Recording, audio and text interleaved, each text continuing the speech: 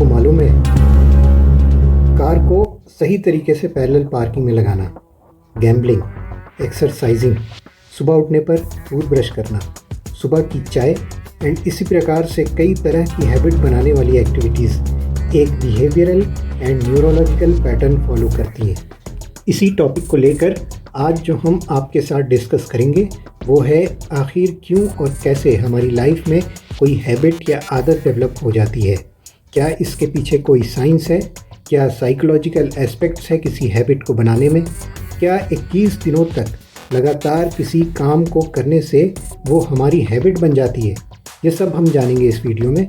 चलिए बात करते हैं। पहले तो मैं बता दूं, बिना कोई सस्पेंस बनाए क्लैरिफाई कर दूं कि 21 दिनों में हैबिट जनरेट होने का दावा एक मिथ है। But wait, please watch full video अपनी कंप्लीट अंडरस्टैंडिंग के लिए। 21 दिनों का आइडिया आखिर आया कहाँ से? ये आइडिया एक्चुअली में आया है मिस्टर मैक्सवेल माल्ट्स की एक बुक साइको साइबरनेटिक्स से। मिस्टर मैक्सवेल माल्ट्स का एक ऑब्जर्वेशन था कि पेशेंट्स को अराउंड 21 डेज़ लगते हैं किसी न्यू फिज़िकल फीचर के साथ कंफर्टेबल होने में, जैसे कि प्लास्टिक सर्जरी के बाद कोई फिज़िकल चेंज होने पर उसके साथ कंफर्टेबल होना। इन्होंने इस ऑब्जर्वेशन को रिलेट कर दिया इंसान की लाइफ में सभी तरह के इश्यूज़ से, जिसमें हैबिट फॉर्मेशन भी इंक्लूड कर दिया। तब से बहुत सारे मोटिवेशनल स्पीकर, बहुत सारे पब्लिकेशंस लोगों को ये भरोसा दिलाने में लगे कि भाई 21 दिनों तक इस काम को कर लो, वो तुम्हारी आदत में आ जाएगी। एक्चुअल में ऐसा बिल्कुल भी नहीं है। एक 2010 की स्टडी मैं आपके सामने रखता हूँ, जिसमें अराउंड 82 पार्टिसिपेंट्स पार्टिसिपेट करते हैं। उनको 12 वीक्स तक ऑब्जर्वेशन में रखा जाता है। सब्जेक्ट क्या था? एक आसान सी हैबिट फॉर्मेशन चेक करना था कि कितने दिनों में डिनर के बाद इन लोगों की वॉक करने की आदत बन जाती है। दिस इज़ ऑब्वियसली बहुत अच्छी आदत है कि नहीं? बट रिसर्चर्स ने पाया कि इतनी आसान सी ऑटोमेटिक हैबिट को फॉर्म करने में 18 डेज़ से लेकर 254 डेज़ लग गए। एक और रिसर्च पेपर में जो नेशनल लाइब्रेरी ऑफ मेडिसिन पर अवेलेबल है, इसमें पेशेंट्स के अराउंड हैबिट फॉर्मेशंस की 21 दिनों वाले मिसकंसेप्शंस को समझाने की कोशिश की गई है। इस पेपर में प्लास्टिक सर्जरी के पेशेंट्स को न्यू फिज़िकल अपीयरेंस के साथ एडजस्ट करने में 66 डेज़ की बात कही गई है। या फिर इंडिविजुअल टू इंडिविजुअल बिहेवियर के ऊपर हैबिट फॉर्मेशन डिपेंड करती है, ऐसा भी बताया गया है। इसमें कहा गया है कि 2 से 3 महीनों की प्रैक्टिस और इनिशियल फेज़ में सराउंडिंग से सपोर्ट एक इम्पॉर्टेंट फैक्टर है ऑटोमेटिक हैबिट फॉर्मेशन के लिए। अब आप सोच रहे होंगे कि इतना आसान काम और 18 से लेकर 254 डेज़ लग गए, जैसे कि पहले हमने एग्जाम्पल में देखा। इतने वास्ट डिफरेंस क्यों है और इसको हम कैसे कंट्रोल कर सकते हैं? आइए इसको समझते हैं।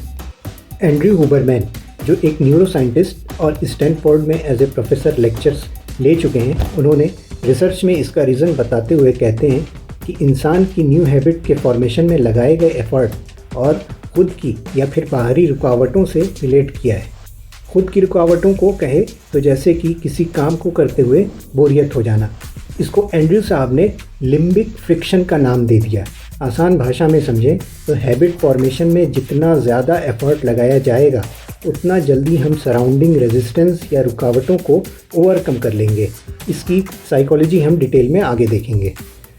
अब ये सुनने में तो एक किताबी भाषा या प्रवचन लगेगा, इसलिए आइए थोड़ा और सिंप्लीफाई करते हैं। रेजिस्टेंस या रुकावट तो सब काम में होती है।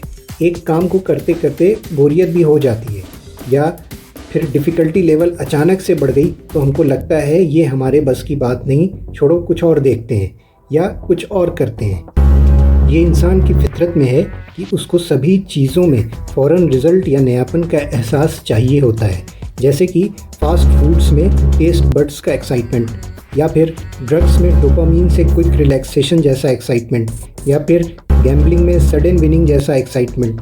लेकिन एक्चुअल लाइफ में ऐसे सारे एक्साइटमेंट ज़्यादातर देखा गया है कि नुकसान की तरफ ही ले जाते हैं।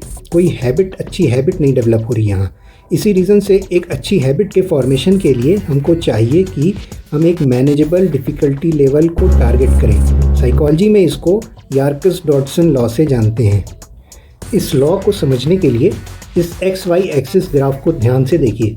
वाई एक्सिस पर हमने मोटिवेशन लिया है जो इधर की तरफ इंक्रीज़ हो रहा है, एंड एक्स एक्सिस पर डिफ़िकल्टी लेवल को लिया है जो कि इधर इंक्रीज़ हो रहा है।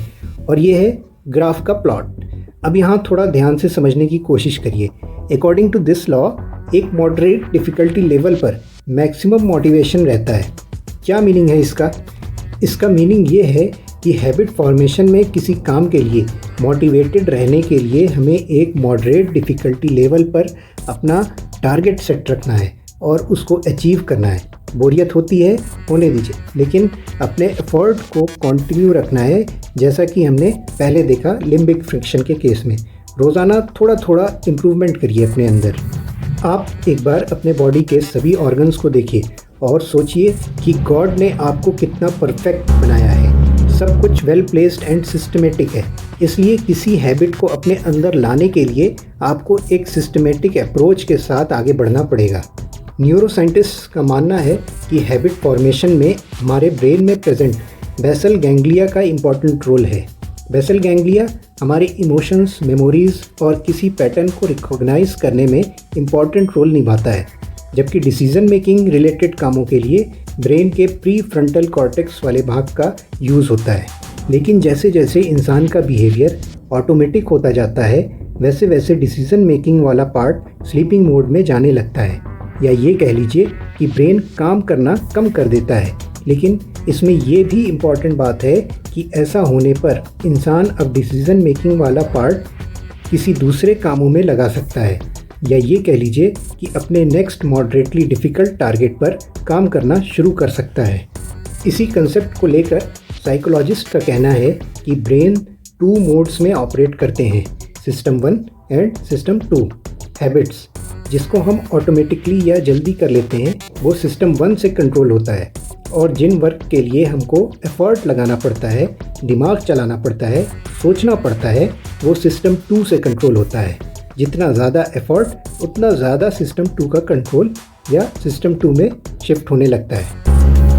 अब इस लेवल पर जो हमने ग्राफ में ये जोन देखा, जिसको गोल्डीलॉक जोन ऑफ मोटिवेशन भी कहते हैं, इस लेवल पर system 1 and system 2 optimum level पर काम करते हैं और हमारा मोटिवेशन लेवल बैलेंस बना रहता है, या कहें किसी काम का वर्क फ्लो बना रहता है, और विथ टाइम हम अपनी हैबिट को जनरेट करने में सक्सेसफुल रहते हैं। तो ओवरऑल कंक्लूज़न ये है कि हैबिट फॉर्मेशन के लिए 21 दिनों के मिसकंसेप्शन में ना पड़कर एक मॉडरेट लेवल ऑफ डिफ़िकल्टी के टारगेट को चूज़ करना है और अपने गोल को अचीव करने के लिए प्रयास करते रहना है।